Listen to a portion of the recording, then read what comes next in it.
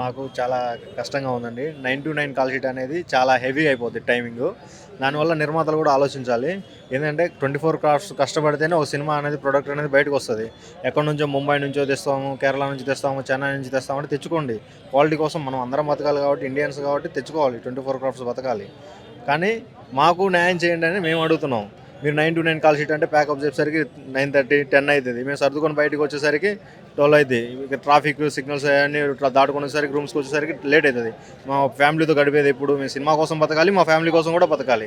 అందుకోసం మా వైపు నుంచి కూడా ఆలోచించి నిర్మాతలు మాకు న్యాయం చేసి 30% పెంచి మేము సినిమా కోసమే కష్టపడుతున్నాం కదా, దానికోసం పెంచడానికి ఏమి ఈ సినిమా టాలీవుడ్ నుంచి బాలీవుడ్ ఆ రేంజ్కి వెళ్తుందంటే మనకు అందరి కష్టం ఉంది కదా.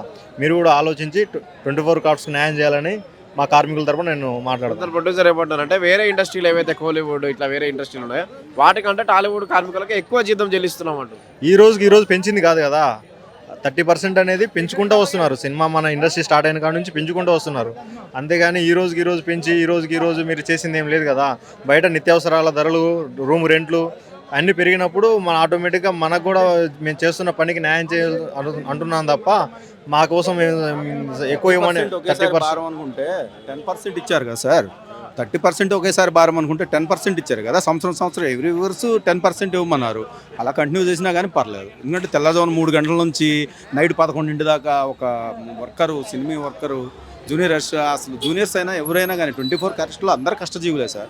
ఆ కష్టజీవులు, ఒక కార్మికుడు, ఒక కష్టజీవులు వీళ్ళందరూ కలిసి మేమందరం ఏమంటున్నామంటే దయచేసి మమ్మల్ని అర్థం చేసుకోండి. మాకు రిక్వెస్ట్గా మాకు కావాల్సింది మేము అడిగాము. మీరు దయచేసి మా మీద ప్రేమ తల్లిదండ్రులాగా ఒక ఆలోచించుకొని మాకు మీ ప్రేమను పంచండి. ఇప్పుడు 3 ఏళ్ళే ఉంటుంది కాంట్రాక్ట్ ఏది ఉన్నా కానీ 3 ఏళ్ళ తర్వాత మళ్ళీ ఏం చేస్తారు? మళ్ళీ రెన్యువల్ ఉంటుంది మీకు? రెన్యువల్ అంటే సార్ అది వాళ్ళ మీటింగ్లో వాళ్ళ అగ్రీస్ అవి ఉంటాయి సార్. ప్రతి 3 సంవత్సరాలకి ఇలా అగ్రిమెంట్ ఉంటుంది సార్. ఎంత శాతం పెంచుతాం, 30% పెంచాలని ప్రతి 3 సంవత్సరాలకి ఇలానే ఉంటుంది.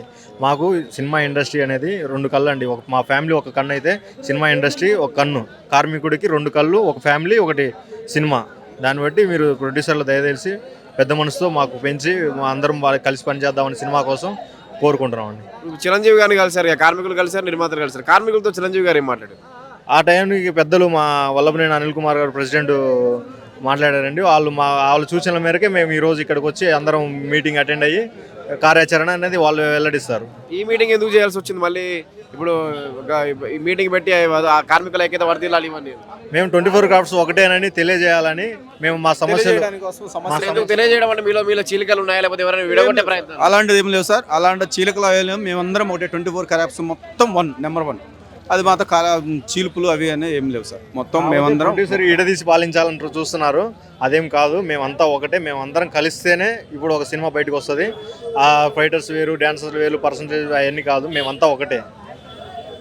ఇప్పుడు టాలీవుడ్ ఈ సమస్య ఏదైతే ఉందో కార్మికుల సమస్యకు ఎన్ని రోజుల్లో తెరబడుతుంది? 2-3 రోజుల సమస్య పరిష్కారం అయితే వల్ల త్వరగా పరిష్కరిస్తే చిరంజీవి గారు అందరూ సినీ ఫీల్డ్ వాళ్ళందరూ కలిసి త్వరగా పరిష్కరిస్తే త్వరగా మేమందరం కోలుకుంటామని. సినిమా షూటింగ్స్ కూడా ఇబ్బంది. సినిమా షూటింగ్స్ లేకపోతే మీకు మీకు మామూలు వేతనం కూడా ఉంటుంది, మీకు కష్టంగా ఉంటుంది ఆర్థికంగా. అవి చాలా కష్టం సార్. అసలు ఎవరు ఏ వర్క్ పోవడానికి లేదు. ఈ సినిమా వాళ్ళు ఏ వర్క్ పోవాలన్నా కానీ ఎవరు తీసుకోరు. ఏ వర్క్ కూడా ఇది ఉండదు.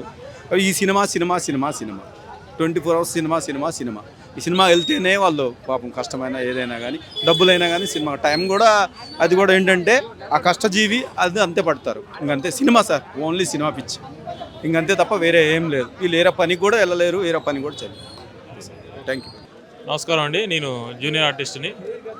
ఈ కార్మికుల ఐక్యత వేదిక నుంచి మన ప్రొడ్యూసర్లకు ఒక చిన్న విన్నపం ఏంటంటే, సార్ ఎన్నో ఖర్చు పెట్టుకుంటారు, మీరు కోట్ల ఖర్చు పెట్టుకుంటారు. పేద కార్మికులు రెక్కాడితే కానీ డొక్కాడిన పరిస్థితి మాది.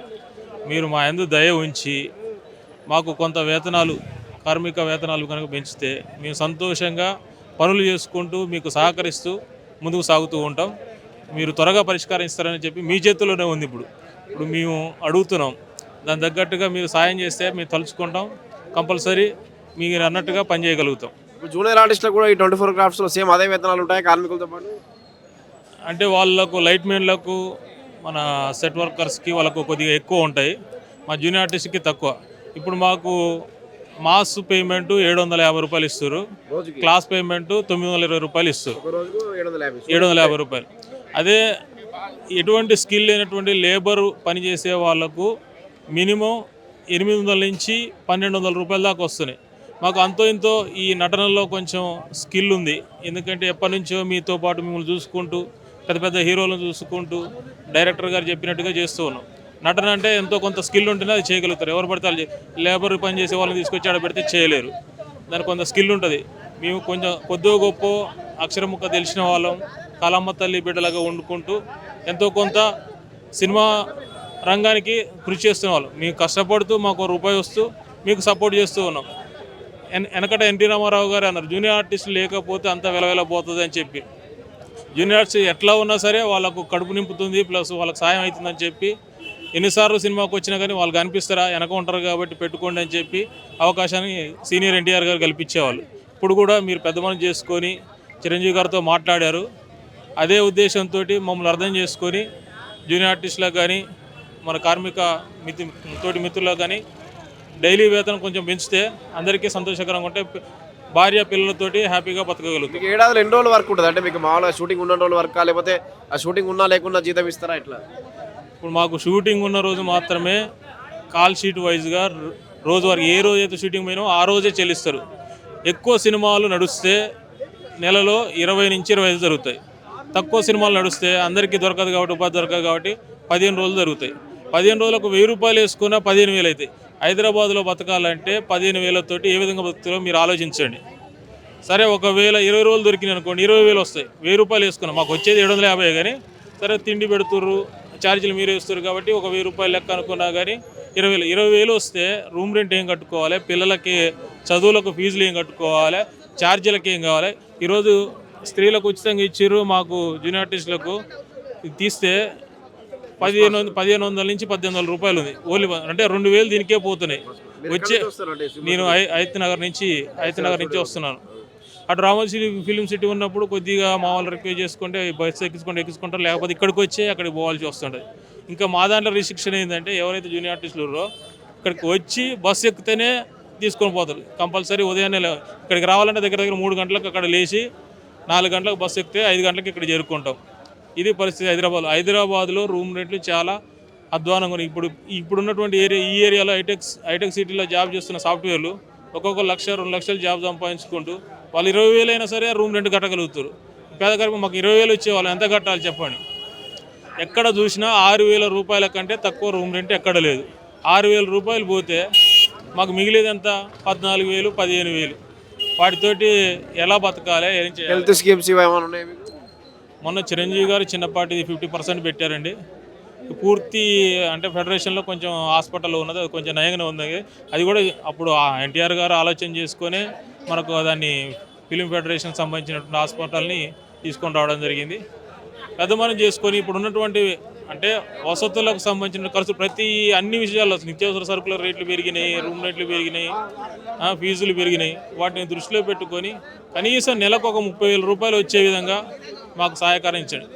30,000 ఈ రోజులో 50,000 ఉంటేనే హైదరాబాద్లో పిల్లలతోటి సంతోషంగా బతకగలుగుతాం. అది మీరు అర్థం చేసుకొని సాయం చేయగలని కోరుతున్నాం. తెలుగు సినీ కార్మికులు జీతాలు పెంచాలని చెప్పి గత కొంతకాలంగా ఆందోళన చేస్తున్న సంగతి తెలిసింది. అయితే ఈరోజు ఉదయం అన్నపూర్ణ స్టూడియో దగ్గర మరోసారి కార్మికుల ఐక్యత వర్ధిల్లాలంటూ ఆందోళన చేపట్టారు. ఈ కార్మిక సంఘాలకు మద్దతు తెలపడానికి కార్మిక సంఘ నాయకులు యాదగిరి మనతో ఉన్నారని చెప్పండి. తెలంగాణ ఆంధ్ర చలనచిత్ర పరిశ్రమలో జరుగుతున్నటువంటి కార్మికుల పక్షాన ఈరోజు తెలంగాణ కార్మిక సమైక్య రాష్ట్ర కమిటీ వాళ్లకు కార్మికులకు సాంఘీభావం తెలియజేయడానికి ఇక్కడికి మనం రావడం జరిగింది.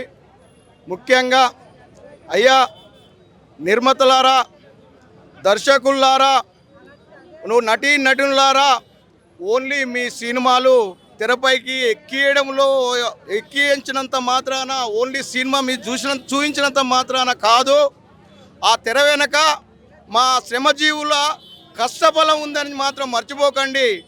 ఆ శ్రమ ఎట్లా ఉన్నదో, ఎంత శ్రమ పడుతున్నారో, ఆ శ్రమ వెనుక మీ నటులు మీరు కోట్లల్లో సంపాదించుకుంటారని మాత్రం మర్చిపోకండి. ఓ నిర్మాతలారా, ఇలా మా కార్మికుల కష్టాలను గుర్తించండి. ఇలా నీళ్ళ కానించి మొదలుకుంటే, బస్సు డ్రైవర్ల కానించి మొదలుకుంటే, మీకు అందించే మేకప్ కానించి మొదలుకుంటే మీకు తీసే వీడియోల కానించి మొదలుకుంటే కెమెరామెన్లు, డ్యాన్సులు, రికార్డింగ్లు, ప్రతి ఒక్క ఆర్టిస్టులు మా తెలంగాణ ఆంధ్ర బిడ్డలే, కార్మికులే అని చెప్పేసి మీకు గుర్తు చేస్తున్నా. వాళ్ళకు శ్రమ లేకపోతే వాళ్ళ శ్రమ దోపిడి మీరు ఇలా అనుభవిస్తున్న తీరు, మీరు సంపాదిస్తున్న కోట్లాది డబ్బులు అవి మాత్రం మీరు గుర్తుంచుకోవాలని చెప్పేసి నేను మనస్ఫూర్తిగా తెలియజేస్తున్నా. మేము పెట్టినటువంటి కార్మికులు కనుక 30% వాళ్ళు ఒప్పుకుంటున్నటువంటి డిమాండ్లు కనుక నెరవేర్చకపోతే రేపు తెలంగాణ ఆంధ్ర ఎత్తున విధంగా మేము కార్మికులను ఒక్కతాటికి ఏకం చేసి ప్రతి ఒక్క జిల్లాలలో, ప్రతి ఒక్క మండలంలో, తెలంగాణ రాష్ట్రం మొత్తంలో కార్మికులను మిమ్ముల నిర్మాతలను కానీ, దర్శకులను కానీ, సినీ హీరోలను కానీ మేము బయట మాత్రం తిరగనీయమని చెప్పేసి కూడా హెచ్చరిస్తున్నాను. మా కార్మికుల కష్టాజీతంతో మీరు ఇలా డబ్బులు సంపాదిస్తున్నారు. మా కార్మికుల కష్టాలతోటి మీరు ఇలా ప్రతి ఒక్కటి ఇలా మీరు చేస్తున్నారని చెప్పేసి మీకు తెలియజేస్తున్నా. ఇలా మా కార్మికులే లేకపోతే సినిమా లేదు, మా కార్మికులే లేకపోతే ఇలా మీరు హీరోలు కాదు, జీరోలుగా ఉంటారని కూడా నేను డిమాండ్ చేస్తున్నా. తప్పకుండా ఖచ్చితంగా మా కార్మికులకు 30% అంటే ఒక రోజుకు వేతనం 1625 రూపాయల కూలీగా ఒక రోజుకు కట్టియాలని చెప్పేసి కూడా నేను డిమాండ్ చేస్తున్నాను. ఒక రోజు కూలీ 1625 రూపాయలు. అదేవిధంగా చట్ట ప్రకారం ఇలా లేబర్ యాక్టులు కూడా ఉన్నాయి. ఇలా లేబర్ యాక్టుల ప్రకారం కూడా ఇలా వాళ్ళు పాపం పడుతున్నటువంటి బాధలు ప్రభుత్వానికి కూడా గుర్తు చేస్తున్నాం. అయ్యా ప్రభుత్వం, సీఎం రేవంత్ రెడ్డి గారు మీరు కూడా గుర్తుంచుకోండి. మా పేదల కష్టాలను, నష్టాలను, సినీ ఫిలిం ఇండస్ట్రీకి కూడా మీరు పేదవాళ్లకు ఇల్లు కట్టిస్తున్నారు. ఆ ఇల్లు కూడా త్వరలో కట్టించాలని కూడా మేము మీ ముందుకు తెలియజేస్తున్నాము. సినీ ఇండస్ట్రీలో జరుగుతున్నటువంటి అన్యాయాన్ని అరికట్టి మీరు చట్టపరమైన చర్యలు తీసుకొని మా కార్మికులకు న్యాయం చేయాలని చెప్పేసి నేను డిమాండ్ చేస్తూ సెలవు తీసుకుంటున్నాను. జై కార్మిక, జై కార్మిక, జై కార్మిక,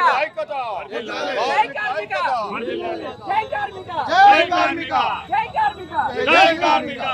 సినిమా రంగాలలో పనిచేస్తున్న కార్మికులు యావత్తు ఇండియా నుంచి వెళ్ళి కనుక ఇక్కడికి బతుకు తెరువు కోసం వచ్చేసి ఇక్కడ రెక్కాడితేనే డొక్కాడని కార్మికులు ఎవరైతే ఉన్నారో ఆ కార్మికులు, సినిమా రంగాలలో పనిచేస్తున్న కార్మికులు, ఈ కార్మికులు చేయబట్టి 100 కోట్ల ఆస్తులు మీరు సంపాదించుకుంటారు. కానీ వారికి కూడు, గుడ్డ, నీడ, విద్య, వారికి ఆకలి బాధలు ఒక్కసారి మీరు గుర్తించాలనేది మేము చిరంజీవి గారిని ఒకసారి వేడుకోవడం జరుగుతుంది. అయ్యా చిరంజీవి గారు, తక్షణమే 4 గంటలకు కాక ఈ సమస్యను మీరు క్లియర్ చేయకపోతే మీ ఇల్లును ఖచ్చితంగా కార్మికులు ముట్టడిస్తారనేది తెలంగాణ కార్మిక సమాఖ్య మీకు హెచ్చరించడం జరుగుతుంది. జై భీమ్, జై కార్మిక, జై జై కార్మిక.